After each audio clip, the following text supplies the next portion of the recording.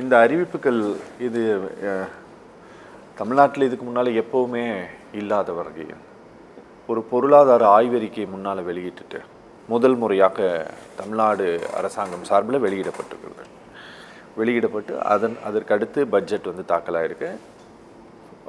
Agri budget தாக்கல் போகிறாங்க. சரிங்களா? ஆமாம். இதில் ஏதாவது உங்களை மாதிரி ஆட்கள் நீங்கள் டைனி ஸ்மால் கிராமிய காட்டேஜ் ஓகே நீங்கள் ஏதாவது எதிர்பார்த்துட்டு இருந்தது இதில் வந்திருக்கா? நிச்சயமாக வரல சார். வரலையா? ஓகே. ஐயா, சிட்கோ தொழில்பேட்டைன்னு சொல்கிறீங்க. சிட்கோ தொழில்பேட்டை விலை இவருக்கு தெரியும். அதை சுற்றி என்ன விலையோ அதை விட அதிக விலை. பெரிய பணக்காரர்கள் தான் சிட்கோவில் தொடங்க முடியும். ஏழை எளியவர்கள் அந்த இடத்தையே வாங்க முடியாது. ஐயா வந்தோடனே பல்வேறு இடங்களில் விற்காமல் இருந்த இடங்களுக்கெல்லாம் விலையை குறைச்சாங்க. அங்கேயும் சரியாக விற்கலை. புது புது தொழில்பேட்டைகளை போட்டு எங்கே வேலை வாய்ப்பு தமிழர்களுக்கு எங்கே கிடைக்குது? பூரா வடநாட்டுக்காரங்க ஒரு கோடியே 40 லட்சம் பேர் இங்கே வந்துருக்காங்க. இன்னொரு 10 வருஷத்தில் 2 லட்சம் பேர் வரப்போகிறோம். 2 கோடி பேர் ஆக போகுது. இதுதான் நிலைமை.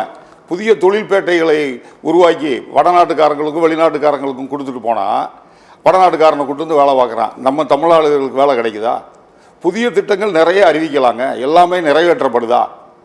கடந்த ஆண்டு என்னென்ன சொன்னாங்களோ அதெல்லாம் நிறைவேற்றப்பட்டுருச்சா? இல்லை. நிறைய விஷயங்கள் பேசுவதற்கு ஈஸியாக இருக்குது, அறிவிக்கிறதுக்கு ஈஸியாக இருக்குது.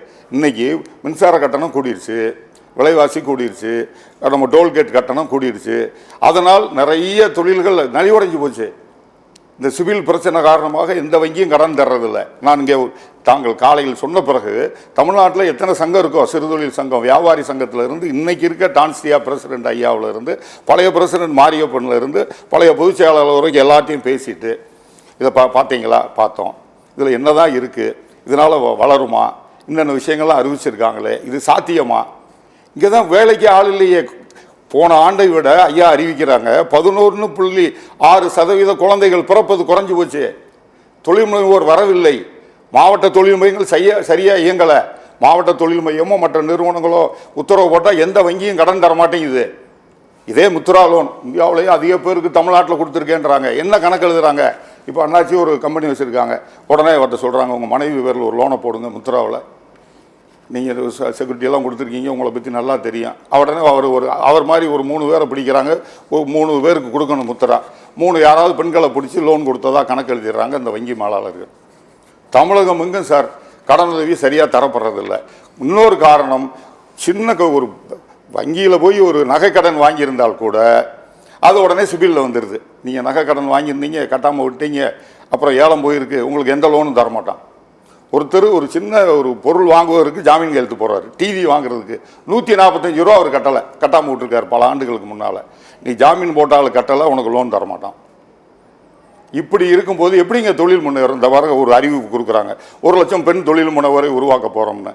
எங்கே 85 லட்சம் சுயோதவி குழு பெண்களுக்கு நீங்கள் லோன் கொடுத்து 10% தானே தொழில் பண்ணுறாங்க. மீதியெல்லாம் மூடிடுச்சே. மார்க்கெட்டிங் என்ன சப்போர்ட் பண்ணுது? மத்திய அரசாக இருக்கட்டும், மாநில அரசாக இருக்கட்டும், எல்லா பேரும் பழைய திட்டங்களெல்லாம் விட்டாங்க சார். இந்த பொருட்களை விற்பதே கஷ்டம், விற்று காசாக்க முடியாது.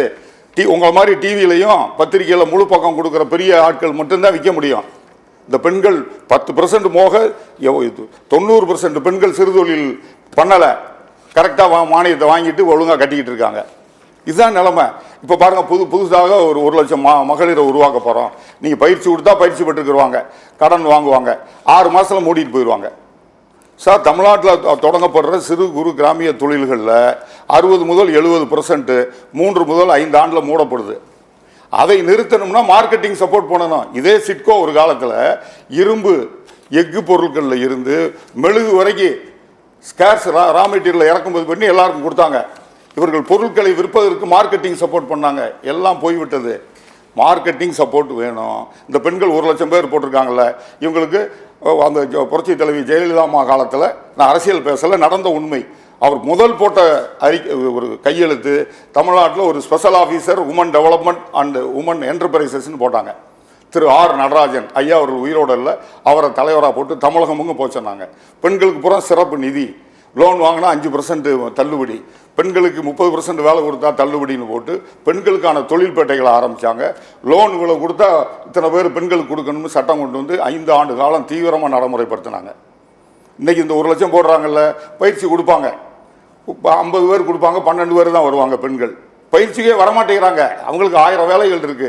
சரி, பயிற்சி கொடுத்தாச்சு, கடன் பெற்றாச்சு. அவங்க தயார் பண்ற கிளீனிங் பவுடரா இருக்கட்டும், வாஷிங் பவுடர், சோப்பு, சொட்டு நிலமா இருக்கட்டும், கொசுவத்தி சுருளா இருக்கட்டும், அப்பளம் ஊறுகாயில இருந்து 100 உணவுப் பொருளா இருக்கட்டும், விற்க மாட்டேங்குதே.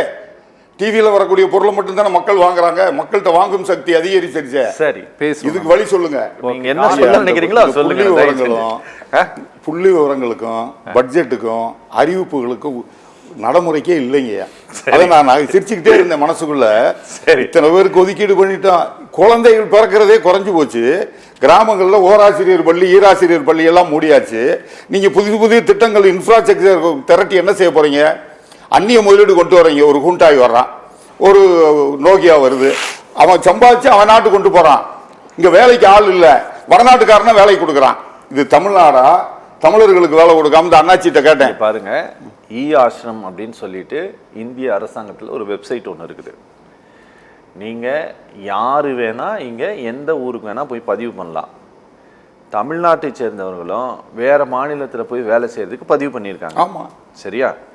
அதனால கிட்டத்தட்ட 35 கோடி பேர் வந்து அதில் பதிவு பண்ணியிருக்கிறாங்க. இதில் புலம்பெயர் தொழிலாளர்களுக்கான வெப்சைட் அது. இ ஆசிரம் அதனுடைய பெயர். எல்லா ஸ்டேட்ல இருக்கிறவங்களும் பதிவு பண்ணியிருக்காங்க. தமிழ்நாட்டில் இருக்கிறவங்களும் வேற ஊருக்கு போய் வேலை செய்யறதுக்கு பதிவு பண்ணியிருக்காங்க. அதனால நீங்க அதை தடுக்க முடியாது. நீங்க இங்க வர யாராலையும் தடுக்க முடியாது. 10 ஆண்டுகள் ஒன்னும் பிரயோஜனம் இல்லை. நான் இருப்பனா தெரியாது. அன்னைக்கு 2 கோடி பேர் இருப்பாங்க வடநாட்டுக்காரங்க. தமிழர்கள் பிறப்பு வீதம் குறைஞ்சு போச்சு. நம்ம அரசாங்கம் தான் சொல்லுது 11.6% குறைஞ்சு போச்சு. 65 இன்ஜினியரிங் காலேஜ் க்ளோஸ்டு, விற்பனைக்கு வந்தாச்சு. 100கணக்கான இன்ஜினியரிங் காலேஜில் மாணவர்கள் சேரல. ஐடிஐல பாதி பேர் கூட சேர மாட்டேங்கிறாங்க. கட்டணத்தை அரசு செலுத்தினாலும் புதுசா ஒரு 150 கோடியை ஒதுக்கி இன்னும் நிறைய ஐடிஐ ஆரம்பிக்க போறேன்றாங்க. ஐயா, திறன் மாம்பாட்டுக்கோ ஐடிஐகளுக்கோ காலேஜுகளுக்கோ வர்ற குறைஞ்சு போச்சுங்க சார். அப்படி இருக்கும்போது இன்ஃப்ராஸ்ட்ரக்சரை கூட்டி வெளிநாட்டுக்காரனை கொண்டு வந்து தொழில் தொடங்கி என்ன செய்ய சார்? இங்கே பாருங்களேன், நம்ம உற்பத்தி மாநிலங்க. சிறு தொழில்கள் தாங்க 46% ஏற்றுமதியை பண்ணிக்கிட்டு இருக்கோம். இந்த ஏற்றுமதியை வச்சு தான் தமிழ்நாடு ஏற்றுமதி மாநிலம். பாருங்க, இந்த ஒரே நிமிஷம் கொடுங்க எனக்கு டைமு. மருந்துகள், ஆடைகள், இயந்திரங்கள், வாகனங்கள், கம்ப்யூட்டர், எலக்ட்ரானிக் பொருள், பர்னிச்சர்கள், இருசக்கர வாகனங்கள், சிமெண்ட், பதப்படுத்த உணவுகள்னு கைவினைப் பொருட்கள், உரம்னு ஒரு 20 பொருள் சார். இதில் அதிகபட்சம் ஏற்றுமதி ஆகுது. ட்ரம்ப் என்ன சொல்றாரு? இந்திய பொருட்களுக்கு 10% நான் எக்ஸ்ட்ரா வரி போட போறேன்றாரு. நம்மளோட அதிக உற்பத்தி பண்ற, நம்மளோட குறைந்த விலையில் கொடுக்குற சீனாவே மிரட்டுறாரு. அப்படி இனிமேல் ஏற்றுமதி குறைய போகுது. இங்க 40 லட்சம் 45 லட்சம் விதவைகள் தான் இருக்காங்க. தினம் செத்துக்கிட்டே இருக்கான். எந்த பயிற்சி, எந்த கல்லூரி, ஸ்கூல், எல்லா இடத்துலையும் மாணவர்கள் குறைஞ்சிக்கிட்டு வர்றாங்க. இதுல புதிய திட்டங்களை தீட்டி வெறும் 2000 கோடி சார். 2 வருஷம் ஆகுது சார் மானியம் வாங்க. பெருசா அறிவிக்கிறோம். கலைஞர் ஐயா காலத்தில் ஒரு அருமையான திட்டத்தை டாய்கோ வங்கி, அவருடைய மனதில் உதித்த வங்கி, ஒரு வங்கியை ஆரம்பிச்சாரு. ஐ பெரியசாமி ஐயா அமைச்சராக இருக்கும்போது. ஒரு 10 வருஷம் முன்னால இதே பட்ஜெட்டில் அறிவிச்சாங்க 40 லட்சம் எந்த செக்யூரிட்டியும் இல்லாமல் தமிழக மக்களுக்கு எல்லா மாவட்டங்களையும் கொடுக்க போறோம். எத்தனை பேர் கொடுத்தாங்க கேட்டு சொல்லுங்க. நான் லைன்ல இருக்கேன். ஒருவருக்குமே கொடுக்கல. செக்யூரிட்டி மட்டும் கொடுத்தவங்களுக்கு மட்டும்தான் கொடுத்தாங்க.